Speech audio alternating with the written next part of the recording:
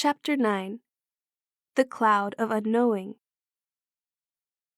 Callistos Ware speaks of sitting alone in the darkness, with eyes closed, constantly repeating. Miguel Molinos mentions a pure and profound center that is the place of loving attention, silence, the forgetting of all things. Nancy Mayorga refers to a deep, dark state, so full of peace and promise. The nature of this darkness and this deep center is more fully explored in a remarkable treatise, The Cloud of Unknowing, written by an unknown English monk during the late 14th century. In this treatise, introducing another aspect to the understanding of contemplative practice, the author focuses on the inner veil of darkness that exists between the soul and God. Recollected in this darkness, the soul becomes aware of its own unknowing or lack of understanding concerning the nature of God. This veil that lies between the soul and its divine source is what the author refers to as the cloud of unknowing. Concentrated in awareness of the inner darkness, as Molinos, Madame Guyon, the Orthodox monks, and many others have discovered, it is possible to hold the mind in stillness, with imagination, memory, intellect, and other mental faculties all held in abeyance by inner recollection of and longing for the divine. To become aware of, and then to focus in this darkness, is the essence of the form of contemplative prayer recommended by this unknown medieval mystic. When fully focused in this inner space, the spiritual self is aware only of its own native and naked being and the presence of the divine. The world is temporarily forgotten. Nothing is known by the normal processes of the human mind, neither the nature of God nor the nature of one's own being. Even so, the soul understands in a manner that transcends normal human understanding. In this state, the soul can only remain recollected in the darkness and reach out to God, yearning with a simple, naked intent. When you first begin, you find only darkness, or, as it were, a cloud of unknowing. You know not what this is, except that in your will you feel a simple, naked intent reaching out towards God.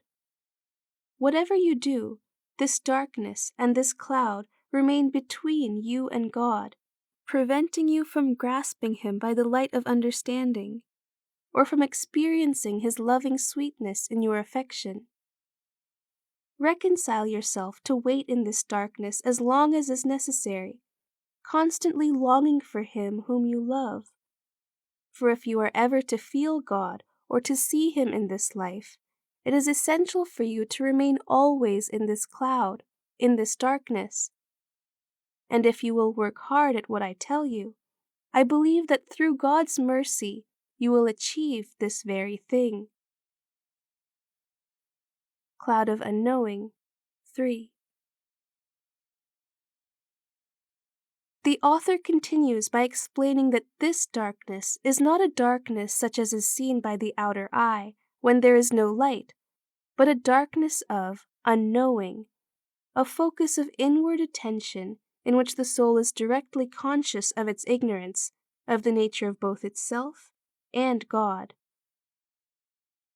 Do not suppose that because I call it a darkness or a cloud, it is the sort of cloud you see in the sky, or the kind of darkness you know at home when the candle is out. By darkness, I mean a lack of knowing, just as anything you do not know or may have forgotten may be said to be dark to you, for you cannot see it with your inner eye. For this reason, it is called a cloud, not of the sky, but of unknowing, a cloud of unknowing between you and your God. Cloud of Unknowing 4. He goes on to advise Think about him as he is, adding, but now you will ask me, how am I to think of God himself and what he is? And to this I have no reply except to say, I do not know. For with this question you have brought me into that same darkness and into that same cloud of unknowing where I want you to be. Cloud of Unknowing 6. Having admitted that he cannot say what God is, he adds that although he realizes that God cannot be apprehended by thought, he does know that he can be loved. Therefore, the author continues, though it may be good sometimes to think particularly about God's majesty and kindness, and though it may be as a light and a part of meditation, yet in the work of contemplation now before us, it must be put aside and covered over with a cloud of forgetting. You are to step over it resolutely and eagerly, with a devout and pleasing kindling of love, and try to penetrate the darkness that is above you. Beat upon that thick cloud of unknowing with the sharp dart of longing love, and do not give up, come what may. Cloud of Unknowing 6. Although charitable deeds, service to others, consideration of God's qualities and mercies, joy at the wonders of creation, and so on, are a part of the spiritual life, he emphasizes that, however holy and commendable they may seem, at the time of contemplation, it is improper and a handicap for a man who should be working in this divine darkness and in this cloud of unknowing, whose love is moving out to God himself, to allow any thought or meditation on God's wonderful gifts or kindness or any of his created works, physical or spiritual, to come between himself and God, however comforting or inspiring those thoughts may be. Cloud of Unknowing 8. The highest form of contemplation, he maintains, is to dwell in the cloud of unknowing. In fact, in this life, he does not believe it possible to rise any higher. The higher part of contemplation, inasmuch as we know it in this life, is wholly caught up in darkness and in this cloud of unknowing, with a burning love and a blind awareness of the naked being of God himself and him alone. It is this work that a soul should labor at all his life, even those who are innocent of grave sin, for all the while that a soul is living in this mortal body, he will experience the obstruction of this cloud of unknowing between himself and God. Cloud of Unknowing 8. Nevertheless, he advises, work hard and never give up. To begin with, it will be difficult, but later, when you have devotion, contemplation will become easier. If you are to stand and not fall, never relinquish your firm intention. Beat ceaselessly at this cloud of unknowing that is between you and God with the sharp dart of love and longing. Spurn the thought of anything less than God, and let nothing whatever distract you from this purpose. Work hard at it, and with all speed. Beat upon this high cloud of unknowing and take your rest later. It is hard work and no mistake for he who would enter upon this work, very hard work indeed, unless it is made easier by special grace, or else because he has grown accustomed to it over a long period. But in what sense is it hard work? Clearly not in the devout and fervent love that continually springs up in his will, for that is not an urge produced automatically, but by the hand of Almighty God, who is always ready to bring this about in every soul that is so disposed, and who is doing, and has done for a long time, all he can to equip himself for this work. Where then is the struggle?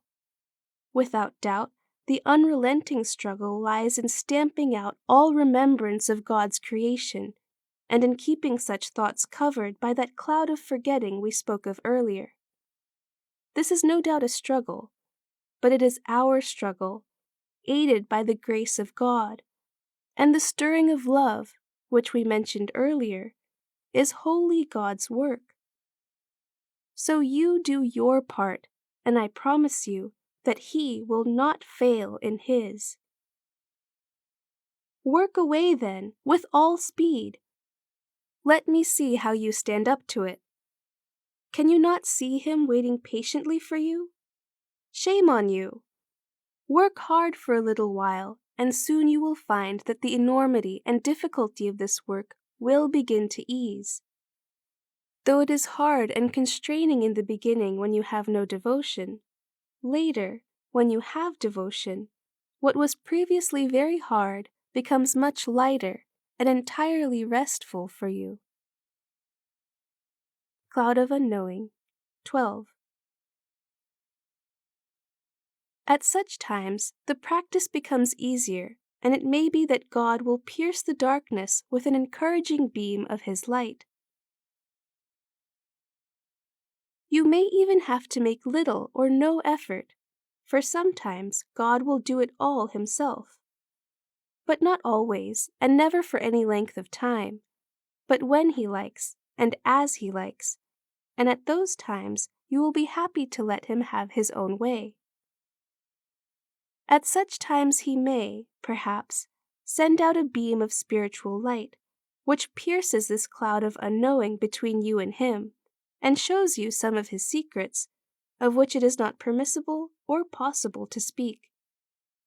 Then you will feel your affection inflamed with the fire of His love, far more than I can possibly tell you, or may, or will tell you at this time. For I dare not take upon myself with my blabbering earthly tongue to speak of that work which belongs solely to God. Cloud of Unknowing, 12. Since reading about this seemingly simple practice might inspire some to try it for themselves, the author observes that, without adequate guidance, the practice is not advisable, for a person may become a victim of his own mental imaginings. There will be those who hear or read about this work and, thinking it to be fundamentally an activity of the mind, will proceed to work upon it in their minds. But by such curiosity, they will generate an experience that is contrary to nature and will adopt a kind of false practice that is neither spiritual nor physical. Truly, such a person is dangerously deceived.